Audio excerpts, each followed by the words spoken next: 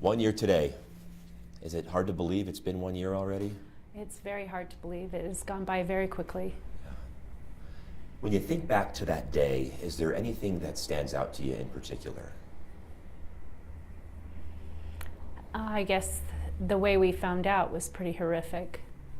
We're sitting at my daughter's basketball game, and someone said that there had been an incident and that someone had been hurt. And I immediately tried to call LaVoy repetitively, and there was no answer. And then I remember my phone was dying, and so I was in the hallway where the lockers were at the school and plugged into the wall, continuing to call him. And Lisa called me, Lisa Bundy, and told me that LaVoy was dead.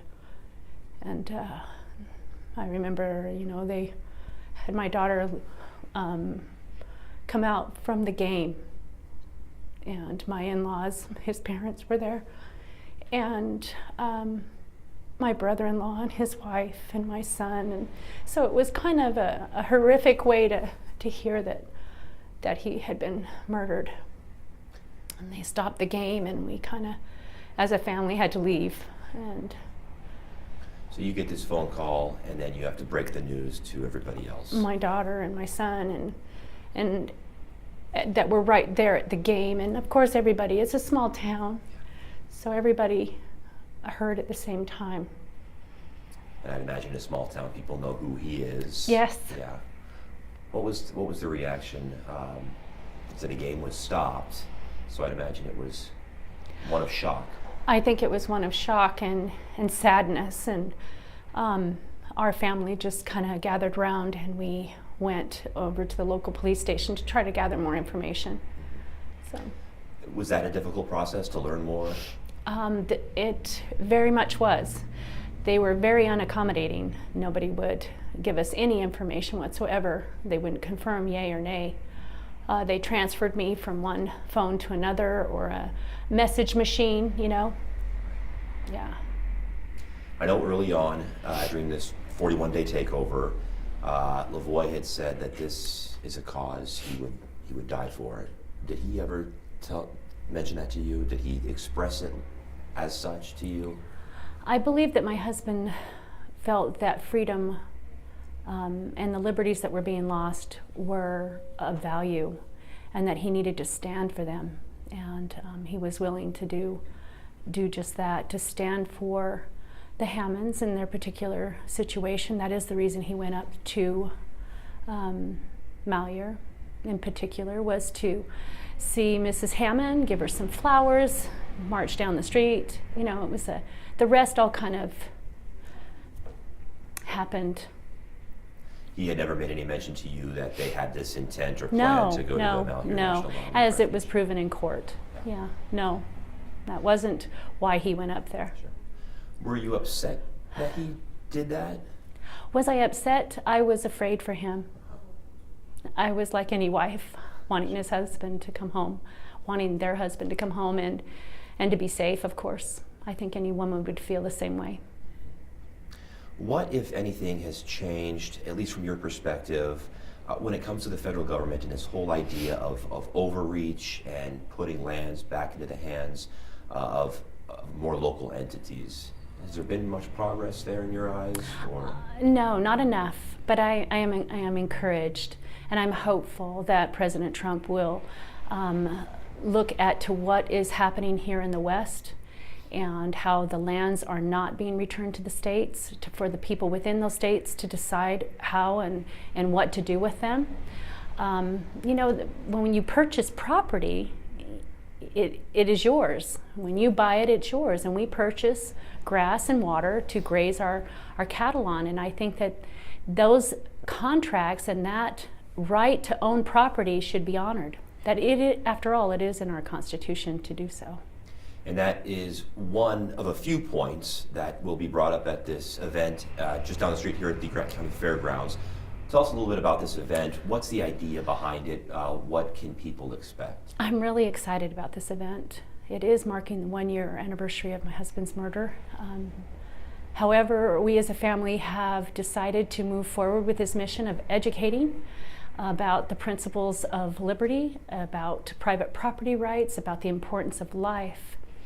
And so we got together and put together a wonderful panel of educators and speakers, Chris Ann Hall, Kate Daly, Garrett Smith, Bill Norton. My attorney, Morgan Philpott, will be here to speak in reference to my BLM issues, and myself and my family will be there.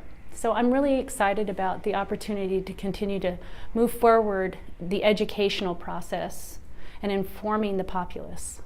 What kind of feedback have you gotten about putting this event on? I've gotten a lot of positive feedback from it. Within the community, of course, everybody's a little bit split, I think.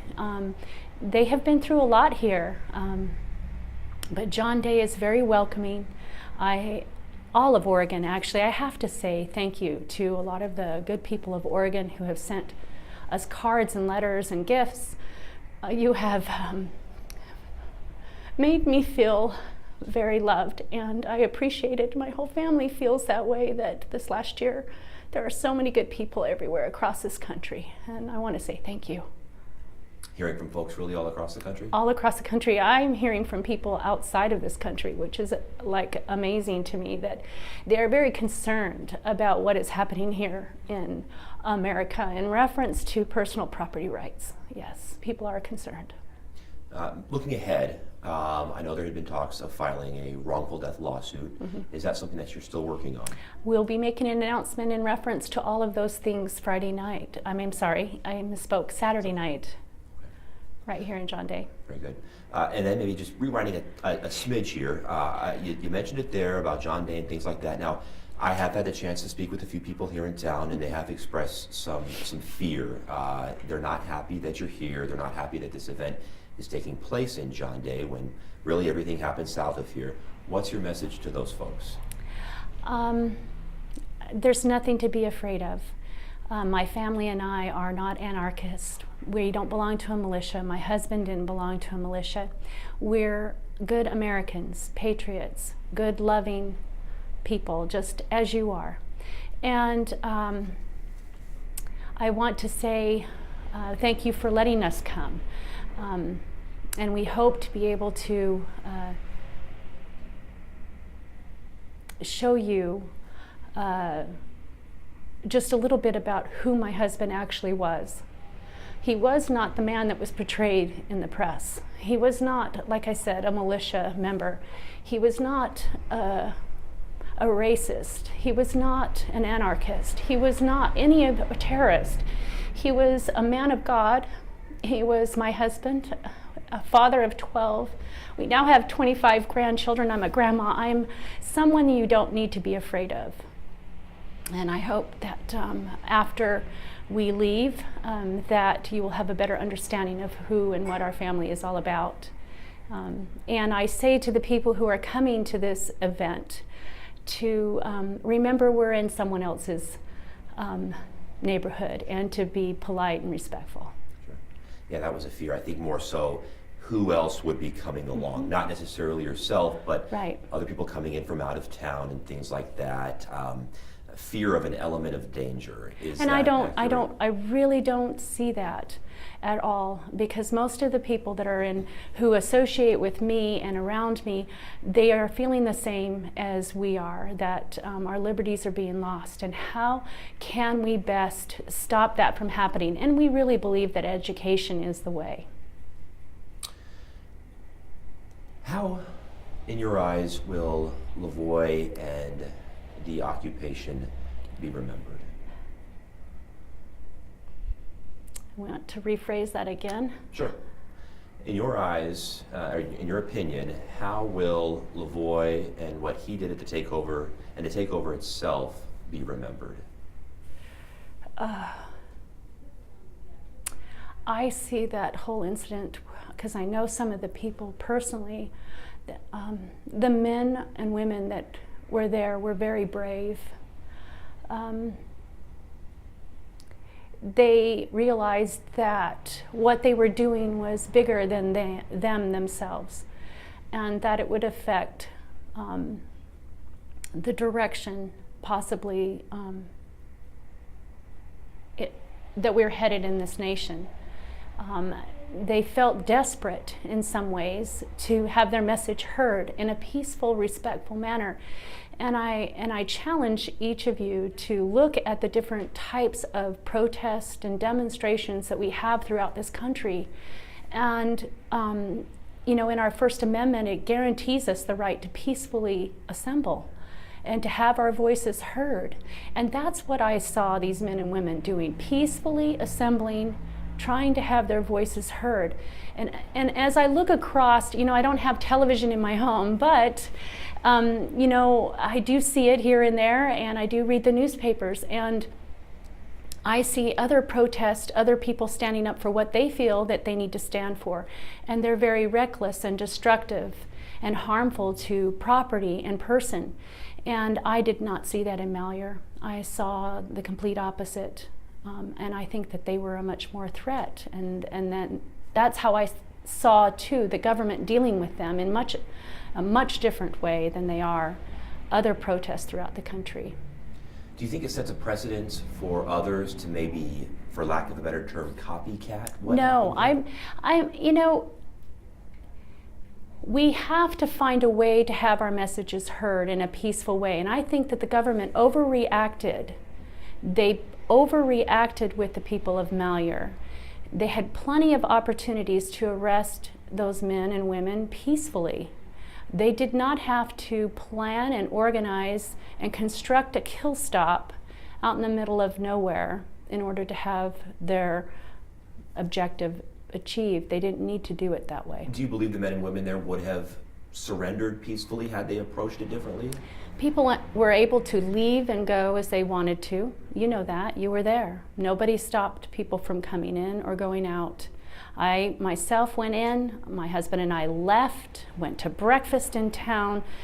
I feel the fear-mongering was more coming from the local authorities and the FBI who were staged in town, creating the impression of fear that the townspeople really had something to be afraid of. The people of Malheur purposely went 35 miles out of town to not affect the residents and people within the town. And wrapping up, we already touched on the event Saturday, but what's next for you? What's next for this message? What's next for those who share this ideology that you have? Well, our message of freedom and educating about the principles of liberty and the Constitution and what our rights are as individual citizens, I think is a message that is resonating again. And I think people want to hear it. So as long as people want to hear it, we'll be speaking out probably the rest of my life. With all those kids and grandkids? I think the message in my family, I think they have silenced my husband's voice, but there are 13 more of our voices that are now actively engaged in this process of being out there and being heard. So I don't see us going away anytime soon. Jeanette, anything else you want to touch on that I may have missed or may have left out that you feel is important when it comes to what we're talking about here today? Again, I just want to say thank you. Thank you to the good people of America, and specifically and to the citizens of John Day for letting us come, and the citizens all across. Thank you. Thank you for your time. Thank you. Appreciate it greatly.